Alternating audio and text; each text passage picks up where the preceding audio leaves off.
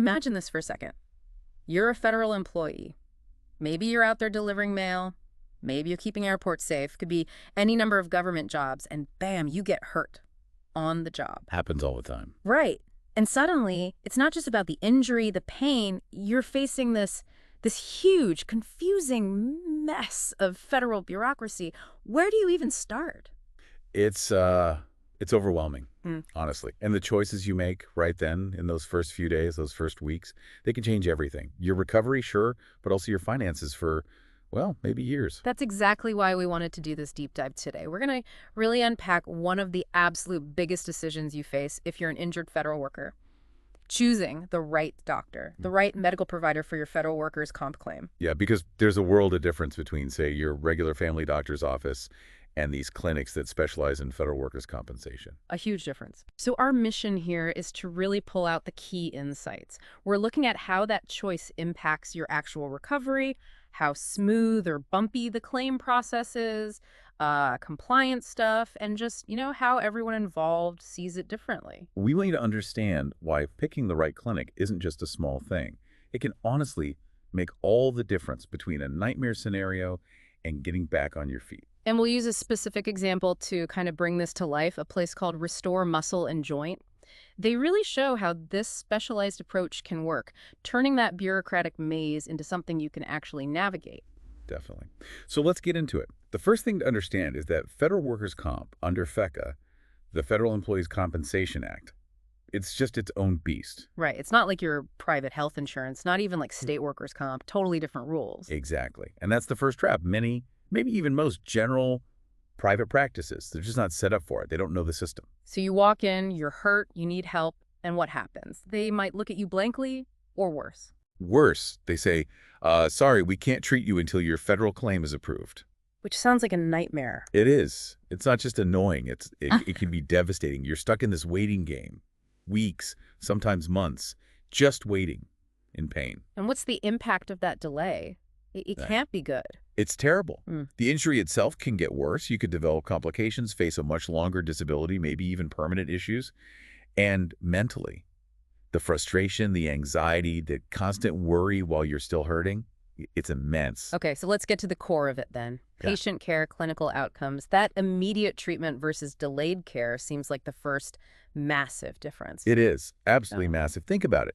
You go to a typical clinic, maybe an urgent care or a family doctor not familiar with FECA. They often say, wait for OWCP approval. You get no immediate care. Okay. But these specialized clinics like Restore Muscle and Joint we mentioned, they operate totally differently. They prioritize getting you treated immediately, right away, from day one, as they put it, even if the claim is still pending with OWCP. Wow, okay.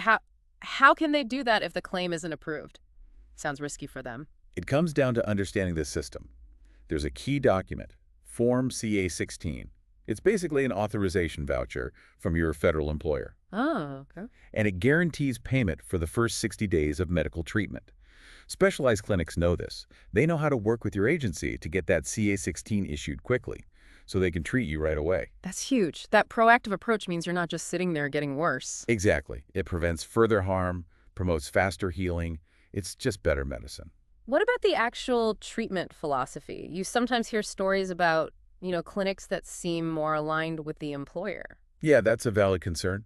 Some clinics, maybe large occupational health chains that get a lot of referrals from agencies, might sometimes, well, let's just say their focus might seem skewed towards getting the employee back to work quickly, maybe even too quickly. Downplay injuries, clearing people prematurely. Which can lead to getting hurt again. Absolutely. Re-injury is a big problem. But the federal workers' comp specialists, they position themselves as true advocates for the patient. They're independent. They don't have that pressure from the employer. Their decisions are based solely on what you need to recover fully. So you feel like they're actually on your side, listening to you. That's what the sources suggest. Patients report feeling genuinely supported. Their pain is taken seriously. They get the tests they need, like an MRI or referrals to specialists, without a big fight or long delays. It builds trust. And this all ties directly back to whether your claim actually gets approved and how well you recover in the end, right? 100%. This is where it gets stark. If you end up with a provider who doesn't know the OWCP ropes, the outcomes can be, frankly, dismal. according to our research. Dismal. How? Claims get denied Yeah. or delayed endlessly because the paperwork's wrong, the medical report isn't sufficient. And then what happens? You, the patient, you might get stuck with the bills. Or you can't get approval for the ongoing physical therapy or surgery you need. That sounds incredibly stressful. It is. And listen to this number. It's pretty shocking. One estimate suggests that maybe 97% of injured feds never get their claims approved if the process is mishandled from the start. 97%. Yeah. That's unbelievable. It basically means you have almost no chance if you don't get the right help. It highlights the stakes. But here's the flip side. The specialized clinics. They have excellent track records. Restore Muscle and Joint, for example, they report a 98% OWCP claim acceptance rate for the initial injury claims they handle. Wow, 98% versus potentially 3%. That's night and day. Completely. And what does that 98% mean for the patient? It means they get the treatment they need, surgeries, PT, medications paid for by OWCP as it should be. It means faster care, better recovery, and way, way less stress. That's the power of knowing the system. So it's clear the medical side is crucial, but you also mentioned navigating the bureaucracy. Let's talk about that operational financial side of things. Yeah, the infamous federal workers' comp bureaucracy. It really is a maze. You've got tons of different forms, CA1, CA2 for the injury itself, CA17 for work status, CA20 for progress. Just listing them sounds complicated. It is. And there are strict deadlines, very specific reporting rules. It's an administrative labyrinth, truly. And a general clinic, one that maybe sees one OWCP case a year, if that, they're going to struggle. Oh, absolutely. Their staff just isn't familiar with the forms, the procedures, the timelines. So you get incomplete paperwork, incorrect submissions, and guess what? That's a leading cause of claim denials. Simple paperwork errors. Ugh, so frustrating.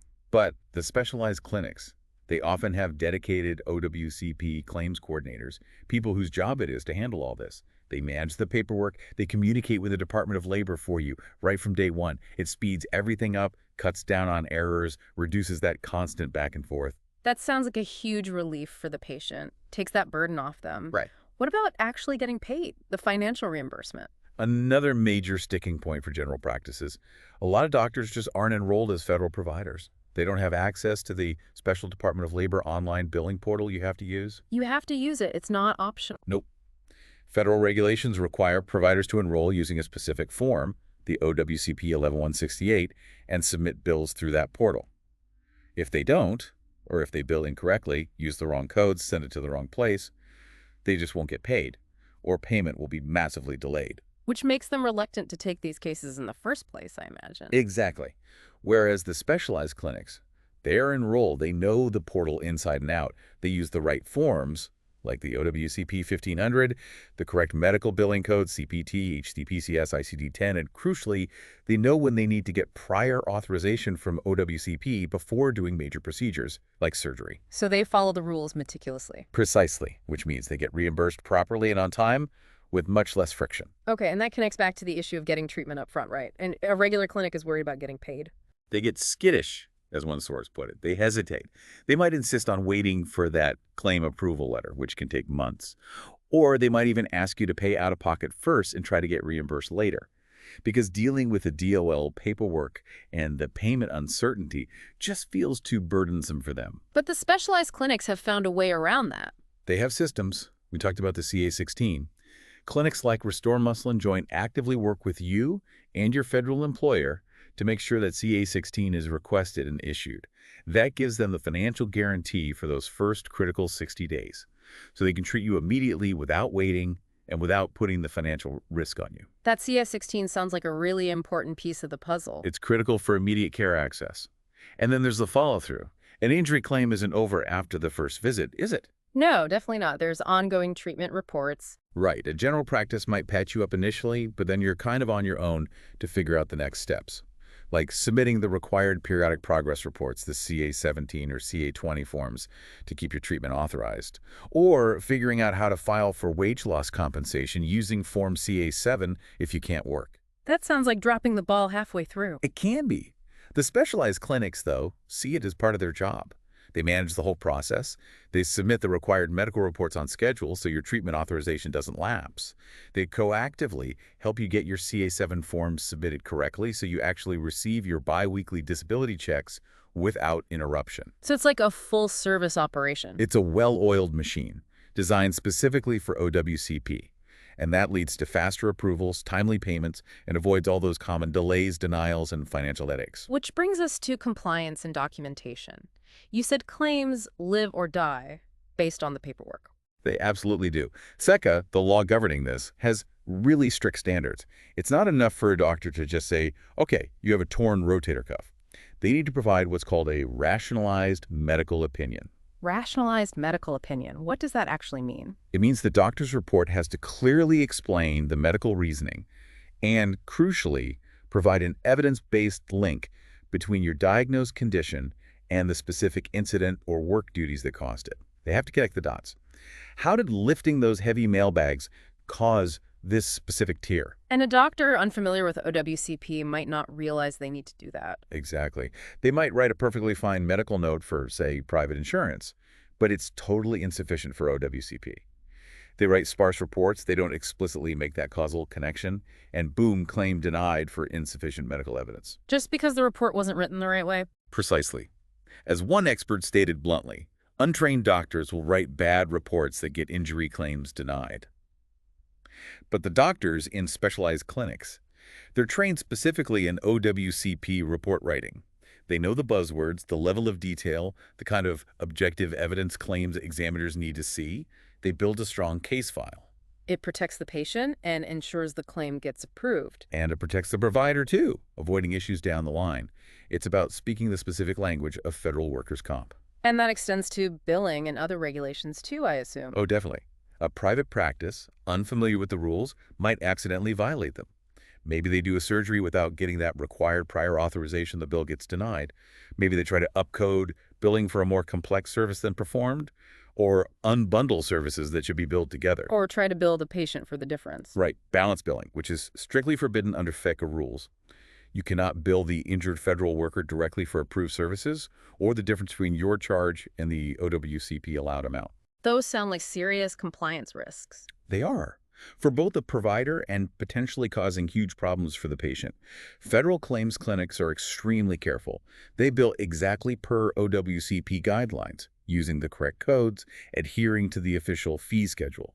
They know they have to submit regular progress reports like that Form CA-20, often every 30 days, or benefits could be stopped. So mastering those rules just eliminates a whole category of problems. It provides huge peace of mind, reduces compliance risks to near zero. Okay, it's overwhelmingly clear that specialization matters here. Let's shift perspectives a bit. How do the providers themselves view these cases? The patients, the people referring them. Well, from the perspective of many general private practices, honestly, federal workers' comp cases often look like more trouble than they're worth. Why is that? The paperwork is intense, it's time-consuming, getting paid can be slow and uncertain if you don't know the system, and the rules are just different and unfamiliar. So many doctors simply say, no thanks. They refuse to take OWCP cases altogether. Which creates a shortage. A huge shortage. In many areas, yes. It makes it genuinely hard for injured feds to find any doctor willing and able to treat them under OWCP rules. It's a real access problem. So it's not just that they don't do it well, some just won't do it at all. Exactly. But then you have the specialized clinics. For them, this isn't a hassle. It's their focus. It's their mission or their calling. Like the founder of Restore Muscle and Joint you mentioned. Yeah, Troy Pearson. He was a USPS letter carrier himself, went through the OWCP system after an injury. He saw the problems firsthand. And he decided to dedicate his career to creating a better way, to advocating for injured federal employees. That's a totally different motivation. So they build the systems needed to handle the admin load. Right. They invest in the staff, the training, the software, all the infrastructure needed to manage the OWCP process efficiently so their doctors can actually focus on providing medical care. Okay, now flip to the patient's perspective. What's the difference in their experience? Oh, it's often night and day. If you end up in a non-specialist setting, you might feel, well, dismissed. Like your injury is being downplayed, or your claim is just an annoying piece of extra work for them. Maybe you even feel like the doctor isn't really on their side. Leading to feeling lost, maybe distrustful? Definitely. Lost, distrustful, disheartened. We hear horror stories all the time. People who got re-injured because they were sent back to work too soon. People whose claims were denied because the doctor just didn't fill out the forms right, leaving them with huge bills or no income. Just awful. It is. But then they find a specialized OWCP clinic. Patients are often surprised and relieved.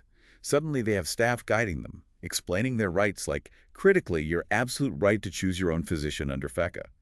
The agency can't force you to see only their doctor. That's a really important right to know about. It is. And these clinics manage all the technical stuff. The care feels comprehensive and empathetic. You get the right tests, tailored rehab plans. The overwhelming feeling patients report is relief. Someone finally knows what they're doing.